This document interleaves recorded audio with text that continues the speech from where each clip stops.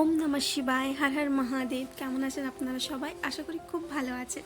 আমরাও ভালো আছি। একটা ভিডিওর আগে আমি একটা মিনি ব্লগ শেয়ার করেছিলাম। সেই ব্লগে আপনাদের সঙ্গে শেয়ার করেছিলাম আমরা মহাকাল যাওয়ার আগে প্রস্তুতি কী কী রান্নাবান্না করলাম, খেলাম দিলাম, বেরিয়েছিলাম, স্টেশন অবধি এলাম, সেই ব্লগটা। তো যদি অবশ্যই কেউ না দেখে থাকেন তো সেই মিনি ব্লগটা দেখে নিতে পারেন। আর আজকের এই বড় ব্লগটা শেয়ার করছি। তো চলুন ব্লগের সঙ্গে থাকবেন। এই ব্লগে আপনারা বেশ অনেক কিছুই দেখতে পারবেন। তো আমরা এখন যাচ্ছি মহাকাল বাবার দর্শনের উদ্দেশ্যে। আমাদের স্টপেজ হলো উজ্জৈন, আর আমরা যে রুটটা দিয়ে যাচ্ছি তো সেই রুটে যেতে যেতে লোনাবালা, খান্ডালা এই সমস্ত জায়গাগুলো দেখতে পাবো। আর আমরা বিকেল 4টে নাগাদ ট্রেনে উঠেছি, আর আমরা সকাল 6টা নাগাদ ট্রেন থেকে নেমে যাব। তো পুরো রাতের জার্নি।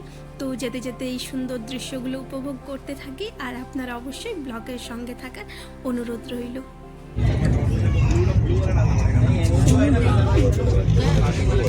सोनू वाटरफॉल दिख रहा है तुम्हें?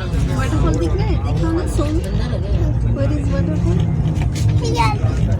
नो, देखो वाइट। 40 नंबर है क्या? 41 हाँ भैया कॉफी 41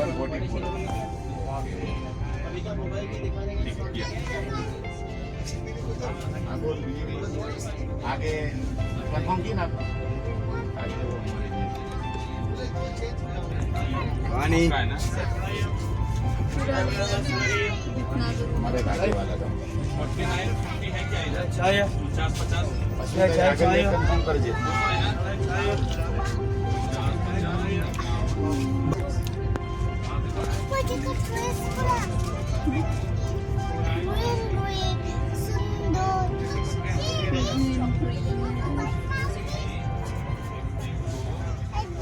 अच्छा लाइन से सुनो। सुंदर लगे मलाई मावा चिक्की, काजू चिक्की, मलाई चिक्की, काजू ड्राई फ्रूट में मलाई वाला, काजू वाला।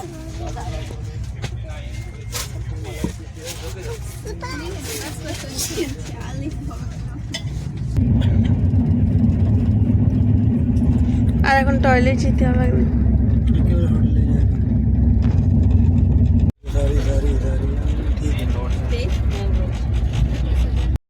সারা রাত জার্নি করে এখন আমরা আমাদের গন্তব্যের একদম সামনে। আমরা এখন উজ্জৈন স্টেশনের বাইরে দাঁড়িয়ে রয়েছি। তো চলুন ঝটপট করে একটা রুম নিয়ে সেখানে ফ্রেশ হয়ে তারপর যাব মন্দিরে। এবার আমরা যাচ্ছি মহাকাল দর্শনের জন্য। আমরা সবাই রেডি। চকলেট দিয়ে তো ঠিক আছে, ওটা একটা খাবো। চকলেট पॉकेट वो लंबा से पैदल जाना पड़ेगा आपको, वो लंबा पड़ेगा, सामने सीधा देखिए मंदिर है। रुक रुक रुक, हाथ छोड़ना नहीं। जय महाकाल। खूब जगह हो सोनू इधर देखो। जय महाकाल।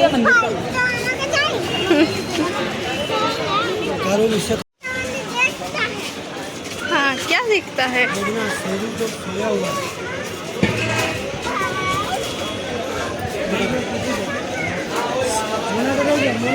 हाँ हाँ हाँ আমি আছি। আমরা যেহেতু স্টেশনের সামনে রুম নিয়েছিলাম তাই সেখান থেকে 20 টাকা করে পার হেড আমরা ই রিক্সায় চড়ে মন্দিরের সামনে অবধি এলাম। আর এখানে একটা দোকান ছিল, তো একটা নয় হাজার দোকান রয়েছে এখানে। তো একটা দোকান থেকে আমরা যেখানে ফুলমালা, প্রসাদ ইত্যাদি কিনলাম, তো সেখানে আমাদের জুতোগুলো রেখে দিলাম, ব্যাগ রেখে দিলাম। আর এইবার আমরা মন্দিরের দিকে যাচ্ছি। যদিও ব্যাপারটা পরে বুঝতে পেরেছিলাম যে এই জুতো, ব্যাগ ইত্যাদিগুলো আমরা যদি অন্য গেট দিয়ে ঢুকতাম তাহলে সেখানে মন্দিরের ঠিক সামনেই মন্দির কর্তৃপক্ষ থেকেই একটা সুন্দরভাবে ব্যবস্থা করে দেওয়া থাকে জুতো আর ব্যাগ রাখার জন্য।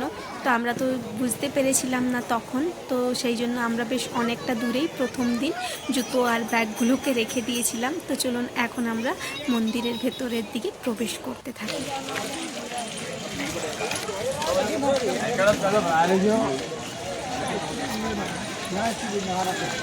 आपको जमाने के पहले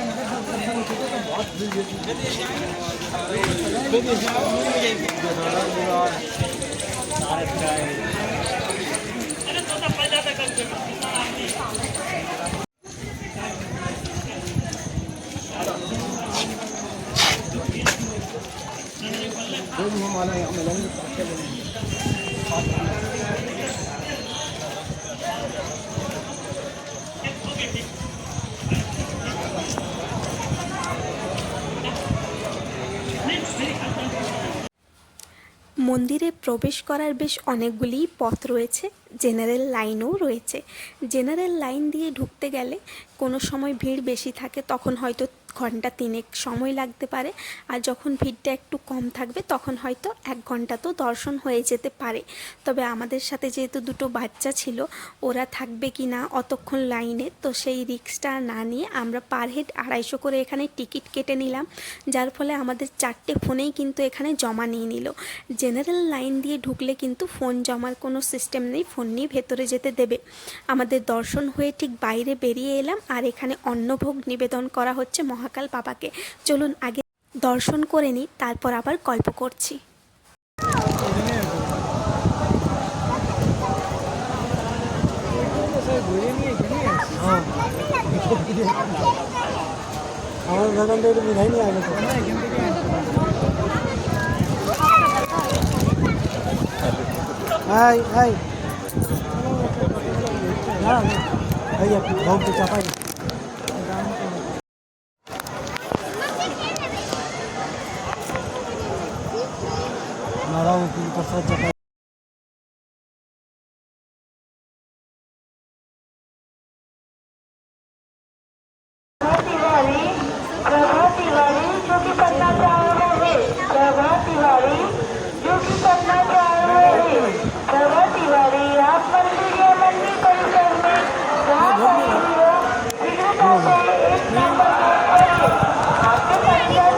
আমরা ভেতর থেকে ঠিক দর্শন করে বেরিয়েছি, আর তারপরে কিছুক্ষণ পরেই আমরা ফোনটা কালেক্ট করে আমাদের নিয়ে এলাম, আর তারপরেই দেখছি অন্নভোগ নিবেদন করা হচ্ছে মহাকাল বাবাকে।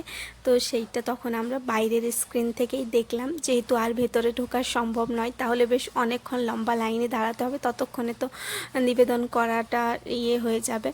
তো সেই জন্য আমরা বাইরে থেকেই দর্শন করলাম। তবে হ্যাঁ, সেকেন্ড দিন আমরা দর্শন করতে ঢুকেছি, আর ঠিক তখনই অন্নভোগ নিবেদন করা শুরু হয়েছে। তো যখন আরতি চলবে বা কোনো ভোগ নিবেদন করা হবে, তখন যেনারা কিন্তু ভেতরে থাকবেন তেনাদেরকে আর বার করে দেওয়া হবে না, ততক্ষণ অবধি কিন্তু ভক্তরা সেখানে করিডোরের ভেতরে থাকতে পারে, গর্ভগৃহের সামনে থাকতে পারে।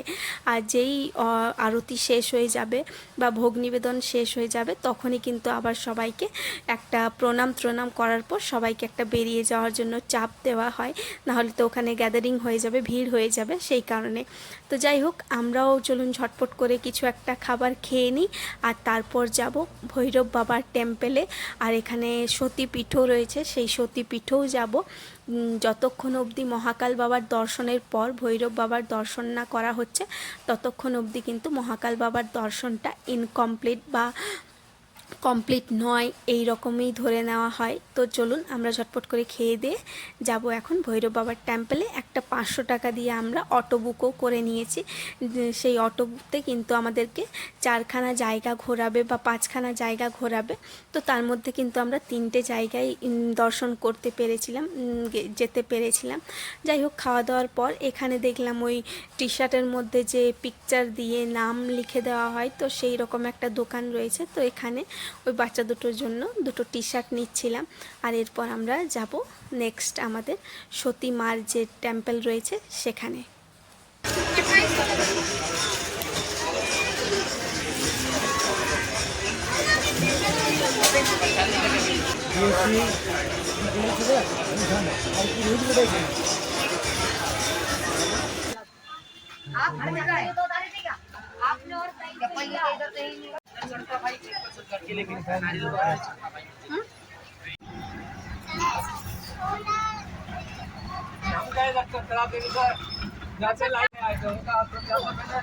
फिर मंगल दिया जाता है, फिर जितना था काल भैरव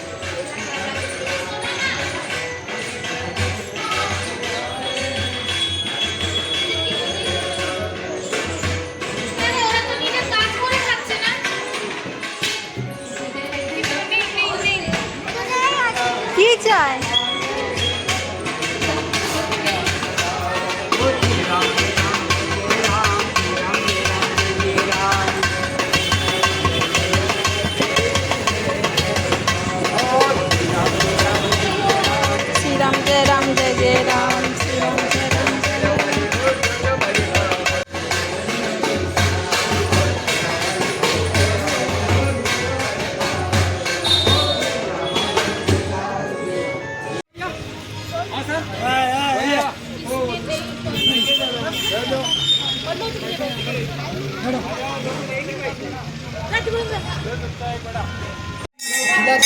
नहीं किया थोड़ा सा ठीक है।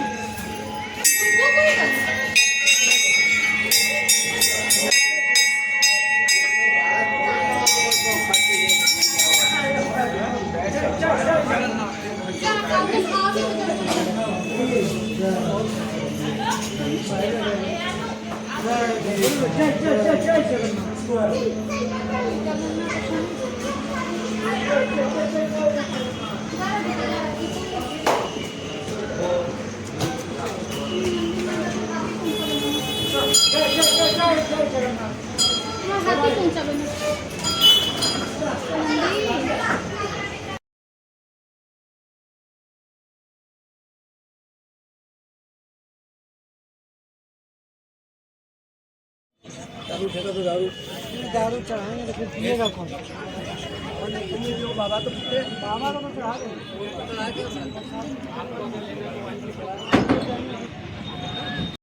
আমাদের সতীপীঠ দর্শন করা হয়ে গেছে। এখন আমরা এলাম ভৈরব বাবার টেম্পলের মন্দিরের সামনে। তো এখানে কিন্তু প্রচুর পরিমাণে মার্কেট রয়েছে। মহাকাল বাবার ওখানেও কিন্তু প্রচুর দোকান রয়েছে, বেশ অনেক বড় মার্কেট রয়েছে। আপনি যদি খালি হাতেও আসেন আপনার কোনো সমস্যা হবে না। সমস্ত রকমের জিনিস কিন্তু মোটামুটি অন্যান্য দর্শনের যে জায়গাগুলো রয়েছে বিখ্যাত সেখানে থেকে কিন্তু মোটামুটি রিজনেবল দামে কিন্তু আপনারা সমস্ত কিছুটা পেয়ে যাবেন। ছাতা থেকে শুরু করে বিছনার চাদর থেকে শুরু করে জামা কাপড়, খাওয়া দাওয়া, ওষুধপত্র, যাবতীয় কিছু কিন্তু এই মার্কেটগুলোর মধ্যেই আপনারা পেয়ে যাবেন। কোনো কিছুরই কারো অসুবিধা হবে না বলে মনে হয় আমার। যাই হোক, তো চলুন দর্শন করা যাক। আর এখানে কিন্তু প্রচণ্ড পরিমাণে ভিড় ছিল। আমাদের মোটামুটি 1.5 থেকে 2 ঘন্টার মতো হয়তো সময় লেগে গেছিলো লাইনের মধ্যে। তো যাই হোক, তো চলুন দর্শন করা যাক। আর এখানে আমরা প্রসাদ নিয়ে নিলাম। আর এখানে প্রসাদ বলতে মেনলি ভগবানকে অর্পণ করা হয়, ভগবানকে নিবেদন করা হয় সুরা। তো এখান থেকে আমরাও নিয়ে নিলাম, সমস্ত ভক্তরাই নিচ্ছে। তো চলুন, নেওয়া হয়ে গেছে, এবার ভেতরের দিকে যাওয়া যাক। আর হাঁটতে পারছিল না সোনুটা বলে ওকে কাঁধে নিয়ে নেওয়া হলো। আর সবাই নিয়ে নিচ্ছে এইভাবেই। বেশ অনেকক্ষণের এই যাত্রাপথ অতিক্রম করে আমরা এই মন্দিরের সামনে আসতে পেরেছি। অনেকক্ষণ, মোটামুটি 1.5 ঘন্টা তো লাগলোই আমাদের এই ভেতর অবধি আসার জন্য। সময় লাগলেও কিন্তু সময়টা ঠিক বোঝা যায় না যখন একসঙ্গে কাতারে শয়ে ভক্ত সবাই গলায় গলা মিলিয়ে জয়ধ্বনি দিতে এগোনো হয়, তখন কিন্তু আর সময়টা খুব একটা বেশি মনে হয় না।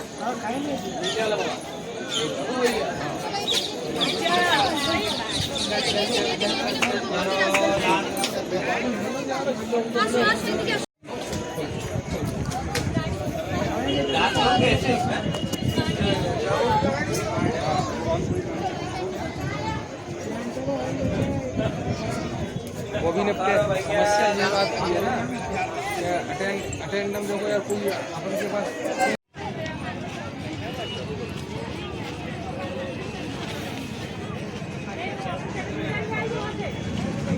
শোনা মত मेरा वो सब नहीं टच करते।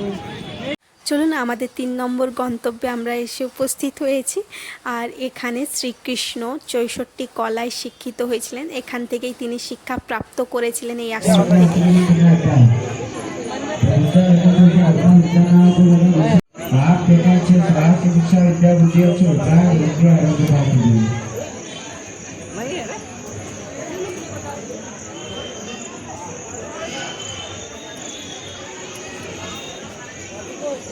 হয়তো যে সময়ে শ্রীকৃষ্ণ এখানে এসেছিলেন, শিক্ষা গ্রহণ করেছিলেন, তখন থেকে বেশ অনেকটাই এখানে আলাদা রকম করে দেওয়া হয়েছে চারিপাশটা। আর কি শিক্ষা তিনি এখান থেকে শিখেছিলেন, তো সেই 64 কলা এখানে ওই চিত্রের সাহায্যে দেখানো হয়েছে খুব সুন্দরভাবে। আবার একটি মেমোরিয়ালের মতো করে দেওয়া হয়েছে, তো সেখানেও আমরা যাব। আর এটা একটা কুণ্ড, হয়তো এই কুণ্ডে শ্রীকৃষ্ণ স্নান করেছিলেন, বা হয়তো যে সকল ছাত্রছাত্রীরা এখানে পড়াশোনা করতেন তো তেনারা হয়তো এখান থেকে জল নিয়ে খেতেন, এই রকম হয়তো হবে। তো যাই হোক, খুব সুন্দর চারিপাশটা, আশ্রমটা কিন্তু খুব সুন্দর। वो बगुला की परछाई देखो बेटा जल पे। बगुला में वो वैसे वाला मम्मी ये देखो कछुए कितने सारे वो वैसे वाले देखो होरा आ जाओ अवनी, ए अवनी।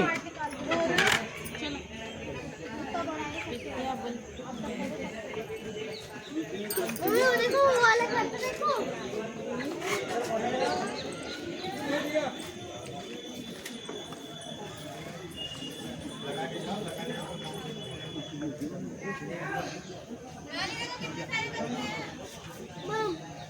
बम